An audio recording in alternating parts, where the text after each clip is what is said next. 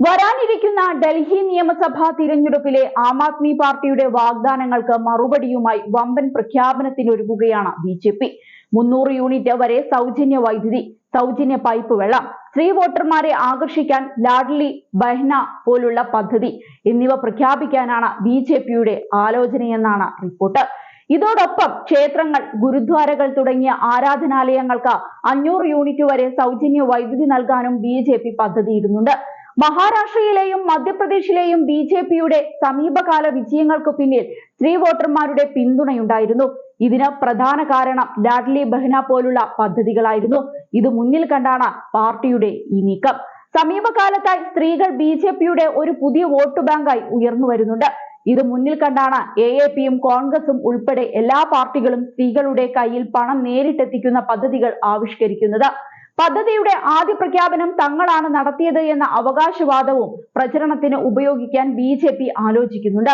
നേരത്തെ ഡൽഹിയിൽ 3ാം തവണയും അധികാരത്തിൽ വരാൻ ലക്ഷ്യമിടുന്ന ആം ആദ്മി പാർട്ടി സ്ത്രീ വോട്ടർമാരെ ലക്ഷ്യമിട്ട് മഹിളാ സമ്മാൻ യോജന പ്രഖ്യാപിച്ചിരുന്നു.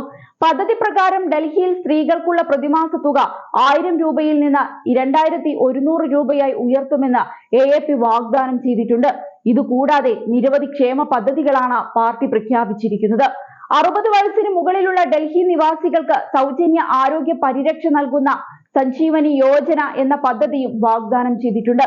പാർട്ടിക്ക് കാര്യമായ പിന്തുണ നൽകുന്ന ഡൽഹിയിലെ ഓട്ടോറിക്ഷ ഡ്രൈവർമാർക്കാണ് വൻ പ്രഖ്യാപനങ്ങളുള്ളത്. 15 ലക്ഷം രൂപയുടെ ലൈഫ് അപകട ഇൻഷുറൻസ് ആണ് ഇതിൽ പ്രധാനം. ഇതുകൂടാതെ ഓട്ടോ ഡ്രൈവർമാരുടെ പെൺമക്കളുടെ വിവാഹത്തിന് 1 ലക്ഷം രൂപ ധനസഹായം, വർഷത്തിൽ 2 തവണ യൂണിഫോം അലവൻസായി 2500 രൂപ എന്നിവയും കെജ്രിവാൾ വാഗ്ദാനം ചെയ്തിട്ടുണ്ട്. മുൻകാലങ്ങളിൽ 200 യൂണിറ്റ് വരെ സൗജന്യ വൈദ്യുതി, സ്ത്രീകൾക്ക് സൗജന്യ ബസ് യാത്ര തുടങ്ങിയവ ആം ആദ്മി വാഗ്ദാനം ചെയ്തിരുന്നു. പാർട്ടിയുടെ ഭരണ മാതൃകയിൽ ഇത് നിർണായക പങ്ക് വഹിച്ചിട്ടുണ്ട്. അതേസമയം ഒറ്റഘട്ടമായി ഫെബ്രുവരി 5-ന് രാജ്യതലസ്ഥാനത്തെ 70 സീറ്റുകളിലേക്കും തിരഞ്ഞെടുപ്പ് നടക്കും. ഫെബ്രുവരി 8-ന് ഫലമറിയാം. നാമനിർദ്ദേശ പത്രിക സമർപ്പിക്കാനുള്ള അവസാന തീയതി ജനുവരി 17-ആണ്. പത്രിക പിൻവലിക്കാനുള്ള അവസാന തീയതി ജനുവരി 20-ഉം. കൂടുതൽ ആളുകളെ പോളിംഗ് ബൂത്തിലേക്ക് എത്തിക്കുകയെന്ന ഉദ്ദേശത്തോടെയാണ് ബുധനാഴ്ച തിരഞ്ഞെടുപ്പ് നടത്തുന്നതെന്ന് തീയതി പ്രഖ്യാപിച്ചുകൊണ്ട് മുഖ്യ തിരഞ്ഞെടുപ്പ് കമ്മീഷണർ രാജീവ് കുമാർ വ്യക്തമാക്കി. നിയമസഭാ തിരഞ്ഞെടുപ്പിനായി ഭരണകക്ഷിയായ എ.പി, ബി.ജെ.പി, കോൺഗ്രസ് എന്നിവരെല്ലാം നേരത്തെ തന്നെ ഒരുങ്ങിക്കഴിഞ്ഞു. 3 കക്ഷികളും ഇതിനോടകം തന്നെ ഭൂരിപക്ഷം സീറ്റുകളിലും സ്ഥാനാർത്ഥികളെ പ്രഖ്യാപിച്ച് പ്രചരണം തുടങ്ങിയിട്ടുണ്ട്.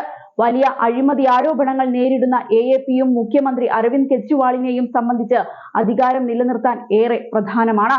മറുവശത്ത് ബി.ജെ.പി ആകട്ടെ 1993-ന് ശേഷം രാജ്യതലസ്ഥാനത്ത് അധികാരം പിടിക്കാനുള്ള സുവർണാവസരമായിട്ടാണ് ഇത്തവണത്തെ തിരഞ്ഞെടുപ്പിനെ കാണുന്നത്. കഴിഞ്ഞ ലോക്സഭാ തിരഞ്ഞെടുപ്പിൽ ഡൽഹിയിലെ 7 സീറ്റിലും ബി.ജെ.പിക്ക് മികച്ച വിജയം നേടാൻ സാധിച്ചത് അവരുടെ പ്രതീക്ഷകൾ വർദ്ധിപ്പിക്കുന്നുണ്ട്. 2020-ലെ തിരഞ്ഞെടുപ്പിൽ കേന്ദ്രഭരണ പ്രദേശത്ത് മികച്ച വിജയത്തോടെ എ.പി ഭരണം നിലനിർത്തുകയായിരുന്നു. 70-ൽ 62 സീറ്റുകളും അരവിന്ദ് കെജ്രിവാളും സംഘവും നേടിയപ്പോൾ ബി.ജെ.പിക്ക് ലഭിച്ചത് 7 സീറ്റുകൾ മാത്രമാണ്.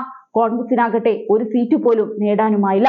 2015-ൽ എ.പി 67, ബി.ജെ.പി 3, കോൺഗ്രസ് 0 എന്നിങ്ങനെയായിരുന്നു സീറ്റ് നില.